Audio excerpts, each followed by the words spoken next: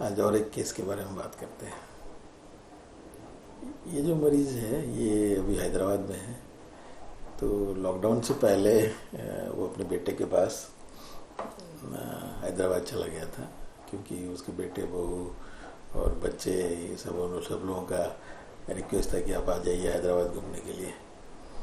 तो बेसिकल वो दिल्ली में पहले रहते थे। अभी 1.5 महीने से 2 महीने से हैदराबाद में है। 2-3 साल पहले मेरे से वो और उनकी वाइफ मेरे से दवाई लेते थे। तो अभी क्या हुआ कि जब से लॉकडाउन हुआ पहली बात तो थोड़ा परेशान हुए वो, क्योंकि एक तो बाहर घूमना बंद हो गया और वो बेसिकली यहाँ भी जब दिल्ली में थे वो द्वारका जॉगर्स क्लब में मेंबर थे और काफ़ी फिलंथ्रोपिक एक्टिविटीज़ में इन्वॉल्व थे। जैसे स्कूल में जाके बच्चों को समझाना सेक्स एजुकेशन के बारे में और वैल्यूज़ के बारे में, काफ़ी सारी चीज़ों के बारे में। और संडे और सैटरडे स्वच्छ भारत अभियान में सुबह जाके कूड़ा वगैरह साफ़ करना, और काफ़ी used to be very busy year in Delhi. तो वहाँ जाने के बाद शुरू में थोड़ी बहुत ठीक थे, लेकिन 15-20 दिन के बाद लॉकडाउन हो गया तो बाहर जाना बंद हो गया। और 78 साल है उनके और करीब करीब 30 साल से डायबिटिक है, हाइपरटेंसिव है और छोटी मोटी प्रॉब्लम्स चलती रहती थी उनको। तो जब भी यहाँ दिल्ली में कोई बीच बीच में इनको दिक्कत हो जाती थी तो मेरे से दवाई लेते थे। तो अभी उनकी बेटा मेरे को फ़ोन किए 1 हफ्ते पहले कि अंकल ऐसा है कि पापा का अचानक बीपी बहुत ज़्यादा शूट हो गया और शुगर लेवल पे बढ़ गया और काफ़ी सारे प्रॉब्लम, जैसे कंटिन्यूस हेडेक रहता है दिन भर, काफ़ी दर्द रहता है और बॉडी पेन रहता है, यूरिन बार बार होता है, इतने ज़्यादा होता है कि मतलब ये लगा लीजिए हर आधे घंटे में एक बार जाते हैं। तो ब्लोटेड एब्डोमेन रहता है, खाना खाने को मन नहीं करता है, बड़ा चिड़चिड़ा सा रहते हैं। शुरू में तो बड़े रिएक्ट करते थे, गुस्सा हो जाते थे बहुत। फिर धीरे धीरे वो गुस्सा तो कम हो गया, क्योंकि हम लोगों ने बोले अरे इतनी उम्र में आप इतना गुस्सा नहीं करना चाहिए बाबा, क्योंकि अब डेली बच्चे भी परेशान थे, क्योंकि अब बच्चे अभी लॉकडाउन हो गया, बच्चे आराम से उठते हैं। अब उनको अच्छा नहीं लगता है, क्योंकि वो शुरू से बड़ा डिसिप्लिन थे कि सुबह भाई मतलब सनराइज से पहले उठना चाहिए, वॉक करना चाहिए, अच्छा नाश्ता। अब बच्चे तो आपको पता है डॉक्टर साहब घर पे रहते हैं तो आज ये बना दो, आज वो बना दो, जो चीज़ उनको नहीं अच्छा लगता, पास्ता वास्ता उनको। तो शुरू में उन्होंने थोड़े से ऑब्जेक्ट किए, कोई उनकी बात सुना नहीं। और हम भी बोलते थे अरे आप इतना परेशान नहीं होना चाहिए, अरे तुम लोगों को कुछ पता नहीं, इस तरीके की मतलब थोड़ा सा छुटपुट हो जाता था। और अब तो ऐसा हो गया डॉक्टर साहब 1 हफ्ते से कि उनकी फिजिकल प्रॉब्लम्स बहुत ज़्यादा हो गया। सर में दर्द रेगुलर रहता है, रात भर सोते नहीं है, पर आप परेशान हो जाते हैं, पर कुछ बोलते नहीं है, पूछो तो कुछ नहीं। अब शुरू में बहुत कंप्लेन करते थे तो हम लोग सोचते थे ये ऐसे ही बोलते हैं अटेंशन के लिए, और अब ये लगता है कि अब बोलते ही नहीं, बोलना बंद कर दिया। और डॉक्टर से बात किया हमने, दिल्ली के डॉक्टर से, उनका जो पुराने डॉक्टर है, तो उन्होंने डोजेस चेंज करी पर कोई आराम नहीं है। शुगर लेवल भी बहुत हाई, डॉक्टर बता रहे हैं यहाँ हॉस्पिटल में दिखा दीजिए, और वो बोलते नहीं मेरे को जाना नहीं, बस हो गया, ठीक हो जाएगा तो मैं दिल्ली चला जाऊँगा। तो अब ये केस है, डॉक्टर साहब थोड़ा सा हेल्प करिए हमें। तो मैंने बोला अरे हम मेरे से बात करेंगे क्या सानी साहब? तो उन्होंने बोला चलो तो दिया पापा डॉक्टर साहब है दिल्ली के होम्योपैथी वाले, तो आप बात करेंगे? क्या बात करनी है? नहीं बात करनी है मुझे। तो बोले नहीं वो बोल रहे हैं आप बात करें, तो दीजिए तो। हाँ बोलिए डॉक्टर साहब। बोला बड़ा परेशान लग रहे हैं आप। अरे डॉक्टर साहब आदमी को बांध के रखोगे तो परेशानी तो होगी, कोई तो भाई बांध के रखो, और यहाँ अपनी चलनी नहीं है, कोई सुनना नहीं है, अब क्या करें डॉक्टर साहब बताइए आप। मैं बोला अभी कैसे मैनेज क्या करना है? बोला आप कैसे मैनेज कर रहे हो? मैनेज क्या करना है, मतलब जो जैसा है वैसे चल लेता है बस, और क्या। आपने डॉक्टर साहब शांति में रहते हैं, अब कुछ नहीं, कुछ कर नहीं सकते, आप छोड़ दिया हमने। चलो ठीक है यार, जब ठीक होगा तब जाएंगे, नहीं तब तक तो पड़े रहो। अरे बातचीत वगैरह बंद कर दे, क्या करें बताइए आप? बात कोई सुनता तो है नहीं, हर बात पे इन लोगों को लगता है कि यार जैसे मैं हिटलर हूँ, आप तो मेरे को जानते हैं डॉक्टर साहब कि द्वारका में कितने लोग मुझे चाहते थे, हमेशा बाहर जाता था। आपकी सोसाइटी के बाहर में हमने कितने बार स्वच्छाभियान किया, आप भी 1-2 बार मिले। तो डॉक्टर साहब अब ऐसे एक्टिव आदमी को आपने बिठा दिया, तो मैंने बोला मन में क्या बात आती, इतनी भी आप गुस्सा। अरे डॉक्टर साहब गुस्सा कर कहाँ रहा हूँ मैं, गुस्सा ही नहीं है। बस देखो डॉक्टर साहब, यही तो डर लगता है कि भाई गुस्सा कर दूं कोई और गड़बड़ हो जाए। अब इन लोगों को लगता है कि भाई ये तो बहुत गुस्सैल आदमी है, शांत बैठे हैं, और हमारे हिसाब से अब मैं क्या करूं डॉक्टर साहब, मेरे को वो चीज़ें बर्दाश्त नहीं होती। बच्चे किसी की बात नहीं मानते, माँ बाप की बात मानते नहीं, हमारे बात तो छोड़ दो, अपनी मर्जी से उठना है, अपनी मर्जी में खाना है, अपने हिसाब से दोस्तों के साथ बातें। डॉक्टर साहब हमसे ये बर्दाश्त नहीं होती। और तुम चुप रहते हैं, बस कुछ नहीं करते, बोल दें तो दिक्कत होगा, डर लगता है भाई, चुप अपने आप को कंट्रोल करते हैं डॉक्टर साहब, कुछ नहीं बोलते हैं। डॉक्टर साहब देखो अब आप इसमें क्या हेल्प करोगे डॉक्टर साहब, अब ये तो जब ये लॉकडाउन खत्म होगा, मैं दिल्ली जाऊंगा तभी ठीक होगा, तब तक के लिए बस ठीक है जैसे है वैसे चला रहे हैं, और क्या। तो दिस इज ये केस है, दिस इज द केस। अब मैं फिर बोला उनको, उनके बेटे को कि भाई मम्मी से बात करा दो थोड़ा सा, क्योंकि मेरे को लगा उनकी जो बातों से सानी साहब का कि वो बड़ा ही was reluctant to talk to me. तो मैं फिर बोला, तो उनकी वाइफ ने बोला कि डॉक्टर साहब ये पता नहीं आप भी ऐसे हो गए, बीच बीच में होते हैं ऐसा नहीं, हम 2 ही लोग रहते हैं, दोनों बच्चे बाहर रहते हैं, और सबसे इनसे अच्छा तो बढ़िया कोई आदमी मैंने नहीं देखा। मतलब बुढ़ापे में जवानी में भी बच्चे जैसे मस्त रहते हैं, खुश रहते हैं, सबके साथ मिलनसार आदमी है। इतनी मिलनसार आदमी तो हमारे सोसाइटी में क्या, पूरी द्वारका में हमारी पूरी की पूरी सेक्टर्स में सब जानते हैं कि भाई सानी साहब देखो यार कितना एक्टिव है, सब चीज़ों में पार्टिसिपेट करते हैं और कितना खुश रहते हैं। बड़ा दिक्कतें आती हैं, कभी अथॉरिटी से प्रॉब्लम आती है, कभी हम लोग एक्टिविटीज़ करते हैं, अथॉरिटीज़ ऑब्जेक्ट करते हैं, पुलिस ऑब्जेक्ट, सबके साथ बढ़िया से मैनेज करते हैं। अब सब खुश भी होते हैं, मतलब लोग इनकी तारीफ भी करते हैं और रेस्पेक्ट भी करते हैं। पर बात जब इनकी खिलाफ कोई हो जाए, इनकी बात कोई काट दे, या जैसे वो चाहते नहीं हो, तब तो डॉक्टर साहब बड़ा गुस्सा हो जाते हैं। मतलब पर ये होता है कि आप उम्र हो गया, हर बात तो अभी नए नए बच्चे नए नए लोग आ गए, भाई हम ये 78 के हो गए, मैं 70-75 की होगी और नए जो आते हैं थोड़ा सा अभी नए नए रिटायर हुए हैं 60 साल के, वो लोग आजकल टेक ओवर कर रहे हैं। तो होता है डॉक्टर साहब, जब थोड़ा सा इनकी कोई बात करता है तो इनकी दिक्कत हो जाती है, फिर ये बड़ा मूड खराब रहता है, यार 24 घंटे कम देखो यार ये खराब है, ये कैसा है, वो ऐसा है, कोई तकलीफ भी छोटी सी उनको हो गया तो भी कंप्लेन रहती है इनका हमेशा। पर ये कि चलता रहता था। पर यहाँ आने के बाद ऐसा हो गया कि भाई 1 महीना हो गया कि भाई कंप्लीटली बाहर नहीं जा रहे, किससे इंटरेक्शन नहीं है, फ़ोन में कितनी बात करेंगे, और वहाँ भी कोई एक्टिविटी नहीं हो रहा है द्वारका में, तो खाली बैठे हुए हैं, और खाली बैठे बैठे चीज़ें दिख रहा है, जब बोल देते हैं तो ये भाई किसी को भी बच्चों को अच्छा लगेगा, आजकल बड़े बड़े बच्चे हो गए तो अपने हिसाब से चलते हैं, ऐसे कपड़े नहीं पहनना, ऐसे नहीं करना, टाइम पे उठना, कोई नहीं लाइक करता डॉक्टर साहब। अब ये हम जब बोलते हैं फिर ये चुप रहते हैं। अभी तो इतना चुप हो गए, बोले भाई बोलना ही तो मैं बोल दूँ तो दिक्कत हो जाएगी। अब ये तो डॉक्टर साहब हमें तो इतना परेशानी हो गई, ये 1 हफ्ते हो गए हम देख रहे हैं परेशानी, मतलब तकलीफ हो रहा है उनको, क्या करें डॉक्टर साहब, खाना नहीं खा रहे हैं, पेट भरा हुआ रहता है, जैसे लगता है गुब्बारे के जैसे फूले हुए हैं, बात नहीं करते, शांत बैठते हैं।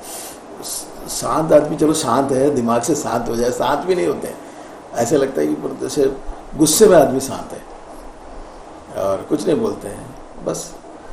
तो डॉक्टर साहब मेरे को तो यही दिक्कत हो रहा है, कहीं कोई मेंटल प्रॉब्लम ना हो जाए, कहीं डिप्रेशन में ना चला जाए। अब इस उम्र में डॉक्टर साहब कौन देखेगा, हम लोग दिल्ली में रहने वाले, ये लोग बच्चे तो बाहर ही रहेंगे, इनके साथ तो हम लोग नहीं चल पाएंगे आजकल, पता है, और ये ऐसे आदमी है। तो बोला अच्छा ठीक है, देखिए डॉक्टर साहब जब भी दवाई देते हैं आप, हमें आराम तो होता है, तो देखिए थोड़ा सा कुछ हेल्प करें। तो मैं इस चीज़ को थोड़ा सा समझने की कोशिश किया, फिर मैंने बोला अच्छा एक काम करो, उनके बेटे को बोला कि भाई दुकान खुला है, नहीं वहाँ दुकान होम्योपैथिक दुकान तो खुला है। मैंने बोला एक एलोज के 30 के एक डोज दीजिए उनको ला के, फिर देखते हैं। तो उन्होंने ला के दिया और अगला दिन फ़ोन किया तो सानी साहब ने फ़ोन किया, अरे डॉक्टर साहब आज तो पेट पूरा फारिग हो गया, खाली हो गया, कोई गैस नहीं है और बड़ा अच्छा लग रहा है अंदर से, तो और सर में दर्द भी कम है, रात में सोया मैंने, यूरिन गया मैं 1-2 बार, लेकिन पहले तो हर आधे 1 घंटे में जाता था मैं, और दिन में भी सुबह उठा तो जो भी घर में बना था ब्रेकफास्ट, तो सैंडविच वगैरह मेरे को इतना अच्छा नहीं लगता है, तो पराठा अच्छा लगता है। अब यहाँ पराठा तो मेड तो आ ही नहीं रहा है, और बच्चे जो खाते हैं वही बनता है, 4 ब्रेकफास्ट तो नहीं बन सकती है। और मैं नहीं खा पा रहा था 3-4 दिन, 1 हफ्ते से सैंडविच भी खाया मैंने, कॉफ़ी पिया, थोड़ा अच्छा लग रहा है। आज पेपर भी पढ़ा मैंने और अच्छा लग रहा है मुझे डॉक्टर साहब। तो 4-5 दिन के बाद उनके बेटे का फ़ोन आया कि नहीं बाबूजी बहुत अच्छे हैं, काफ़ी अच्छे हैं, शुगर लेवल भी कम हो गया है और बीपी भी मेंटेन्ड है, सर दर्द तो उस दिन जो हुआ ही नहीं, और यूरिन नॉर्मल जैसे होता है वैसे हुआ है, और बॉडी पेन वगैरह सब कम है। तो ये छोटा सा केस है, अगर हम इसको डिस्कस करें तो मेरे को लगा कि ये लॉकडाउन पीरियड में केस है, तो ये नहीं कि भाई लॉकडाउन कोरोना या कोरोना के हमारे पास क्या दवाई, इसके लिए तो बहुत सारी बहस चल रहा है, और मिनिस्ट्री भी, आयुष मिनिस्ट्री भी बता रहा है ये दवाई, बहुत सारे सीनियर डॉक्टर्स बता रहे हैं, बट ऐसी चीज़ें हमारे पास बहुत आएगी जो कोरोना की वजह से, मतलब हम इसको कोरोना के साइड इफ़ेक्ट्स बोल सकते हैं। तो अब ये केस देखिए, अभी 78 साल में आप अगर इनको कुछ हॉस्पिटलाइज नहीं हो सकते हैं क्योंकि हॉस्पिटल वाले भी नहीं लेंगे, तो कैसे आप इसको मैनेज करेंगे? तो आलूज में एक मतलब 2 चीज़ है एक्चुअली, इसको लिंक करना है। तो एक पार्ट है जो मैं जहाँ एंट्री किया हुआ है, ट्रैंक्विलिटी, रिकॉन्साइल्ड टू फेट। जैसे उन्होंने बोला अभी डॉक्टर साहब बस छोड़िए, आप मैनेज करते किस तरीके से, जो होगा देखा जाएगा, और क्या है, जैसे ठीक हो जाएगा चले जाएंगे, और क्या डॉक्टर साहब। तो ट्रैंक्विलिटी मतलब कि tranquillity is a state of what you can tell, peace, bliss, state of non disturbance, कोई उसको डिस्टर्ब नहीं कर सकता इजीली, इंटेंस पीस, जिसको डिस्टर्ब करना आसान नहीं है। अगर एक आदमी ट्रैंक्विलिटी में चला गया उसको आसानी से आप डिस्टर्ब नहीं कर सकते। तो एक जैसे होता है ना, ये शांति है, परम शांति जिसको बोलते हैं ट्रैंक्विलिटी, नो मूवमेंट, हलचल नहीं है कुछ। जैसे क्वाइटिट्यूड है, क्वाइटिट्यूड में कहीं कहीं कि फिजिकल मूवमेंट की बात होती है, मेंटल की मूवमेंट की बात होती है, अंदर से सुकून। Tranquillity, reconcile to fate. अब ये रिकॉन्सिलेशन जो है ना, बहुत अच्छी वर्ड है इसमें। रिकॉन्सिलेशन क्या होता है? समझौता। जैसे समझौता कौन करता है? हेलो, समझौता कौन करता है? हारने वाला करता है, जीतने वाला नहीं करता है। जीतने वाला तो दबा के रखता है आपको, पर हारने वाले को समझौता करना पड़ता है ताकि चीजें आगे नहीं बढ़े। तो इसने क्या किया? अपनी हालात के साथ समझौता। अब फेट मतलब क्या है? अब जो होना है, जो आपके हाथ में नहीं है। बोले you can not control your fate, your fate is much more powerful. जैसे अभी कोरोना है, लॉकडाउन है, अब जब वो खुलेगा, जब कोरोना खत्म होगा तभी लॉकडाउन खुलेगा, ना तो आपके हाथ में ना मेरे हाथ में। तो फेट इज समथिंग अनसीन है एंड विच इज पावरफुल। तो वो पावरफुल के साथ आप समझौता करके, इसलिए समझौता करते कि भाई चेन से रहो भैया, क्योंकि आप कुछ कर नहीं पा रहे हो। In allows you don't have helplessness, but it is not required. You have to understand. क्योंकि हेल्पलेसनेस में आदमी कमजोर पाता है, ये आदमी परेशान हो जाता है। तो यार इससे अच्छा है कि चुप बैठो। तो हमारे पास, जैसे मैं आपको बताता हूँ, एक रूब्रिक है, उससे पहले ट्रैंक्विलिटी आता है। ट्रैंक्विलिटी से पहले एक रूब्रिक आता है, that is resignation. He resigns. Resign मतलब क्या? अब मेरे से होगा नहीं भैया, ये काम मैं नहीं कर सकता, मेरे बस की बात नहीं है। ही रिजाइन्स। रिजाइन्स किससे? पूरी की पूरी लाइफ से। मतलब जो जो सिचुएशन जो जो जहाँ वो अपने आप को पावरफुल कर पाता था, इसको बोलता था, उसको बोलता था, बहू को बोलता था, बेटा को, पोते को, नाती पोते पोती को, अब वो नहीं कर पा रहा है वो, तो ही resigns and he accepts. It is not accept, sorry, he रिकॉन्साइल्स. In Cocculus is accepts. Cocculus में क्या होता है, रिकॉग्नाइज करके एक्सेप्ट करता है. रिकॉग्नाइज मतलब चीजों को समझता है. इन ट्रैंक्विलिटी में समझता नहीं है, ये कहीं ना कहीं सोचता है कि अब मैं कुछ कर नहीं सकता हूं, मेरे को मानना जरूरी है, मेरे को समझौता करना जरूरी है, मतलब इसके बिना मैं शांति ने चैन से नहीं रह पाऊंगा, क्योंकि मैं तो रिजाइन करना पड़ेगा मुझे, क्योंकि सिचुएशन के साथ मैं चल नहीं पा रहा हूं. So I have to resign. तो resignation and tranquillity, reconcile to fate, ये दोनों जो है ना साथ साथ चलती है. अब यहां से आप अगर देखेंगे तो मैं रूब्रिक थोड़ा सा बताता हूँ, थोड़ी थोड़ी चीज़ें हैं. एक रूब्रिक बहुत बढ़िया रूब्रिक जैसे बताता है कि मुझे लगता है कि कहीं मैं बोल दूँ तो चीज़ें और बढ़ जाएगी. हमारे पास अगर अगर आप केंट को पढ़ेंगे, केंट ने बहुत अच्छा लिखा है. मैं दूसरा उसमें केंट लेक्चर्स में अगर पढ़ेंगे, एक छोटी छोटी चीज़ें हमें क्या होता है फिजिकल से हम लोग कैसे माइंड में लेते हैं. केंट में लिखा हुआ है, little ones soon after they begin to walk will drop all over the carpet इनवॉलंटरीली little yellow drops of mucus and faeces. The mother sometimes punishes the little ones but they cannot help it. They cannot hold the stool as it is passed involuntarily. There is a lack of control of the sphincter. अब ये Kent ने physical में लिखा हुआ है, मतलब physical नहीं, उनके लेक्चर्स ऑफ मैथमेटिक्स में लिखा हुआ है. पर आप हमारे पास एक बहुत बढ़िया रूब्रिक है, फियर ऑफ पॉल्यूशन, और एक बहुत बढ़िया रूब्रिक है, fear of passing stool during flats और यूरिनेशन. अब ये जो चीज़ है, ये रूब्रिक और इसमें दोनों में मिक्स करिए आप. ये इसका मतलब क्या है, fear of passing stool during flats और यूरिनेशन, मतलब जब आप यूरिन करते हैं या आप फार्ट करते हैं तो आपको डर लगता है कहीं स्टूल ना निकल जाए. और फियर ऑफ पॉल्यूशन, पॉल्यूशन का मतलब क्या है, जैसे पॉल्यूशन का हम ज़्यादातर नॉक्टर्नल एमिशंस होती है हमारे होम्योपैथिक भाषा में, पर पॉल्यूशन का मतलब वही होता है कि एमिशन में भी क्या होता है कि कहीं ना कहीं एमिशन अगर आपकी, जैसे एक क्या उसको बोलते हैं, एक सेक्सुअल इंटरकोर्स में अगर किसी का इजैकुलेशन हो गया, वो एक इजैकुलेशन हो गया.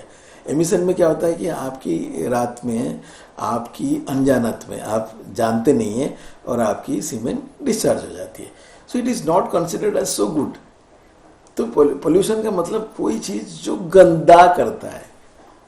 आप जैसे पोल्यूशन होता है ना, पोल्यूशन, पोल्यूटिंग एनवायरनमेंट, तो जो चीज़ गंदा करता है, तो क्या होता है अगर ये बात कुछ ऐसे कर देगा जो चीज़ों को बिगाड़ेगा, तो उसको डर लगता है कहीं ऐसा ना कुछ बोल दो कि चीज़ें और ख़राब हो जाए, कि घर का माहौल और बिगड़ जाए. और इसकी वो कंट्रोल में नहीं है, वो कोशिश करता है कंट्रोल करने का. हमारे पास रूब्रिक है, contradiction, intolerant of contradiction has to restrain himself from violence. अगर आप देखेंगे एलोज में ये बहुत क्लासिकल सिम्टम है, और पता नहीं कितनी दवाई हो, एक दवाई होगी या 2 दवाई होगी. Let me see that rubric.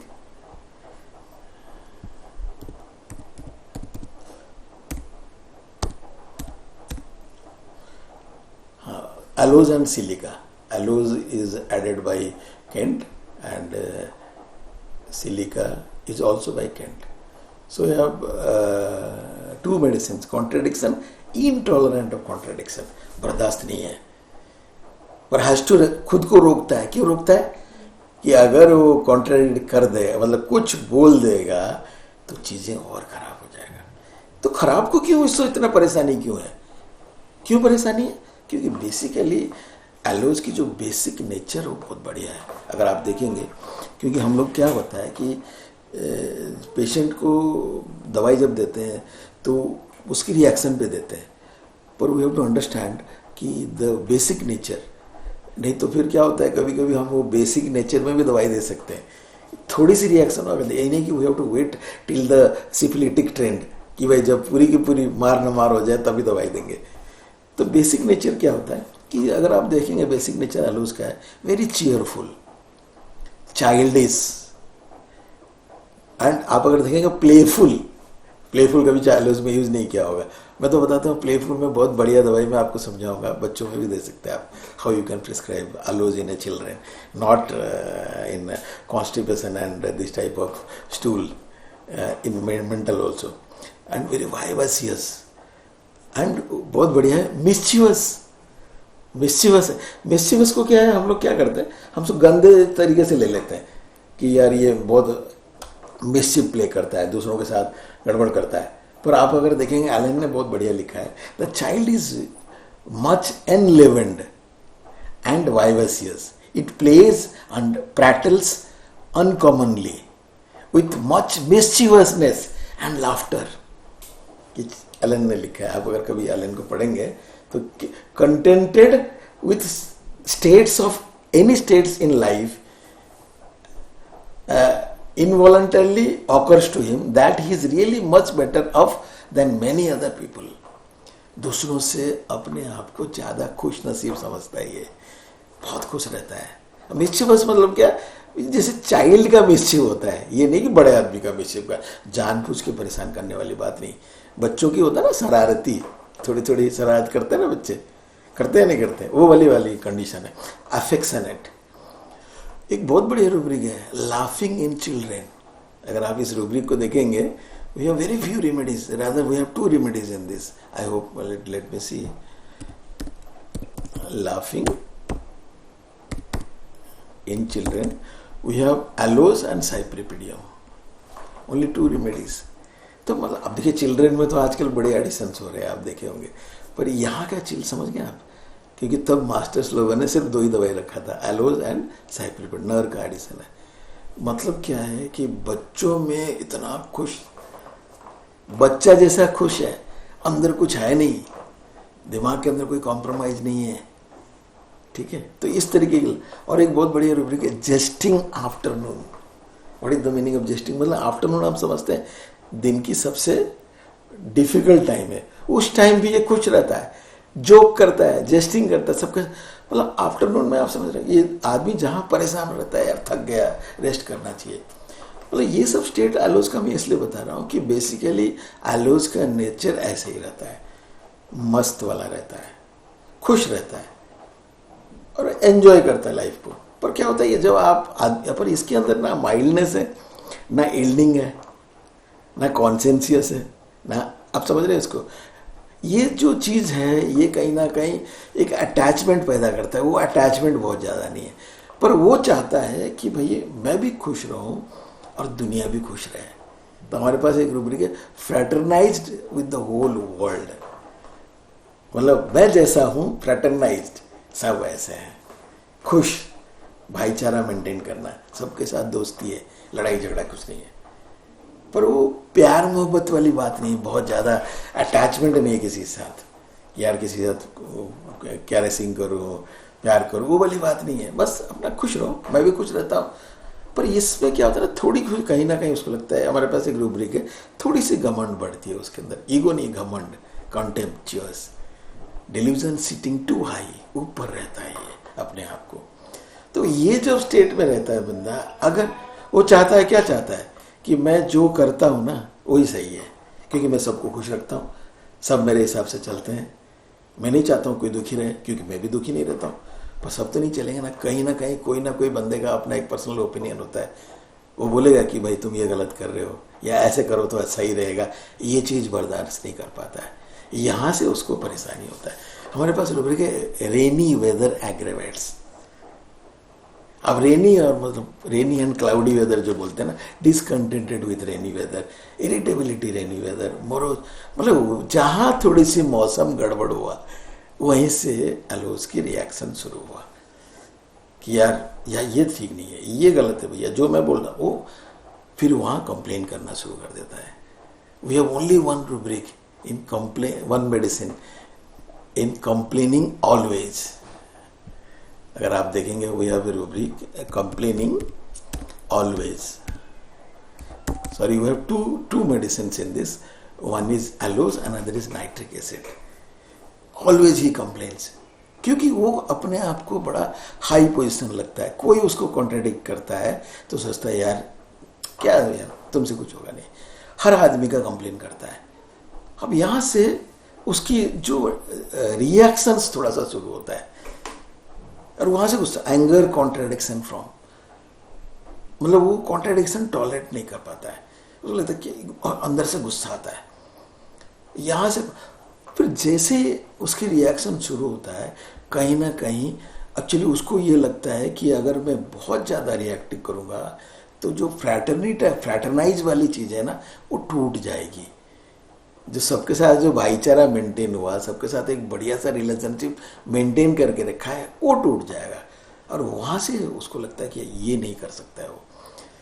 तो यहाँ से वो फिर कंट्रोल, दो he is not in the rubric yielding, he tries to control, that is has to restrain himself. गुस्सा आता है उसको, contradiction, intolerant of contradiction, has to restrain himself from violence. गुस्सा आता है लेकिन अपने आप को कंट्रोल करता है वो. अब वो कंट्रोल से उसको परेशानी शुरू होती है. Then the problem comes to the physical level. और जैसे ही परेशानी, छोटी सी परेशानी में उसकी रिएक्शन बहुत होती है. हमारे पास रूब्रिक है rage from suffering, loathing during pain, मतलब चीजें अच्छा नहीं लगता उसको. रेज मतलब क्या यार, मतलब हर चीज से उसको परेशानी होती है. और क्या होता है, वो चाहता है कि भाई मैं बोलूं, पर बोलने से फ्रैटरनाइज खराब हो जाएगा. अब ये जो परेशानी में फंस जाता है, वो चाहता है बोले. अगर देखेंगे हम, हमारे पास रूब्रिक है एंगर व्हेन कॉन्स्टिपेटेड, कॉन्स्टिपेशन एग्रेवेट्स, और साथ में स्टूल एमेलियोरेट्स, स्टूल आफ्टर. जब अगर किसी को बोल देते हैं ना बड़ा आराम मिलता है, पर लगता है यार बोलने से फिर ये फ्रैटरनाइज खराब हो जाएगा, फिर परेशान होता है, फिर रोकता है, अपनी रिएक्शंस को रोकता है. And anger after constipation and constipation एग्रेवेट्स. तो हमेशा स्टूल नहीं निकाल सकता है वो, क्योंकि स्टूल निकाल देगा तो रिश्ते, तो बोलते ना fear of emission, fear of pollution, fear of stool during passing urine and flats, मतलब ये सब चीजें उसको डर लगता है. थोड़ी सी निकल जाएगा तो और आराम तो होता है, थोड़ी स्टूल निकल जाता है, थोड़ी देर के फिर दोबारा से होता है, क्योंकि पूरी तरह से निकलता नहीं है. निकल जाएगा तो फ्रैटरनाइज में खराब हो जाएगी, कि सबके साथ जो भाईचारा है, जो मेंटेन किया है, वो खराब हो जाएगा. तो अल्टीमेटली क्या करता है, यही से उसको परेशानी. अल्टीमेटली वो चीज़ें जब देखता है यार अब बोलने से कोई फायदा नहीं, ज़्यादा बोलने से और ज़्यादा चीज़ें खराब होगी, तो धीरे धीरे धीरे धीरे वो चीज़ों से अपने आप को रिजाइन कर लेता है. फिर ये stage quite, completely closed, tranquillity, रिकॉन्साइल्ड to fate, छोड़ दो बस, जो होगा देखा जाएगा. So this is a short journey of एलोज from the vivaciousness to resignation, because he cannot react. If he reacts, the problem will be more. So from this, अभी जो मैंने आपको बताया, एक छोटा डिस्क्रिप्शन है केस में, आप रूब्रिक्स को देख लीजिए, और जहाँ जहाँ थोड़ी सी डाउट होगा मुझे पूछ सकते हैं आप. मैंने पूरी जो रेमेडी 15-20 मिनट तो पढ़ा नहीं सकते हैं, क्योंकि बहुत सारा फैसेट्स होता है, एक एक वर्ड्स को हमें समझना पड़ता है. एक पर एलोज की एक आइडिया हो गया कि कैसे ये समझौता तो करता है लेकिन एक्सेप्ट नहीं करता है. कॉकुलस में क्या करता है, वो एक्सेप्ट कर लेता है. एक्सेप्ट में क्या होता है, आपकी रिएक्शन खत्म हो जाता है, आपकी रिएक्शन नहीं होता है, इसलिए आप शांत हो जाते हैं. इसमें क्या होता है, शांत तो दिखा रहा है लेकिन शांत नहीं है, अंदर से रिएक्शन भरा हुआ है उसके अंदर. छोटे बच्चे होते हैं ना, जब खेलते हैं बहुत मस्ती में खेलते हैं, बहुत मस्ती में बड़ा एक्टिव रहते हैं, चलो यार इतना चुलबुला बच्चा, सब कुछ सही है, पर अगर किसी और ने उसके बात काट दिया, किसी और दोस्त ने काट दिया, किसी पेरेंट्स ने काट दिया, किसी गार्डियन, दूसरे दोस्त की पेरेंट्स ने बोल दिया अरे तुम ऐसे कर रहा है, अब वो कहा मैंने ऐसे किया, फिर आपने उसको बोला यार तेरा तमीज नहीं है. अब यहां से फिर उसे सोचेगा कि अगर बोल दूं कि तमीज मेरे को नहीं है, आपको नहीं है, तो दिक्कत हो जाएगी। तो चुप रहता है, जहां वो चुप रहता है घर में आके शांत बैठा, क्या हुआ, कुछ नहीं है, बस ठीक है। अब यहां से आप देखिए, have you seen my reaction, ठीक है, कुछ नहीं, सब ठीक है, सब ठीक है। दिस इज, अरे यार कुछ बोला हूं, अरे नहीं कुछ नहीं है, ठीक है ना, चलो कोई बात नहीं, बड़े हैं बोल दिए, और क्या, बुरा थोड़ी मानना है, चलो कोई बात नहीं, हम भी तो बड़े होंगे कभी, तो देख लेंगे, और क्या। अरे आप वो अपने आप को समझौता कर लेता है, उस सिचुएशन में अडेप्ट कर लेता है, रिकॉन्साइल कर लेता है। सो आगे और डिस्कस करेंगे, ठीक है।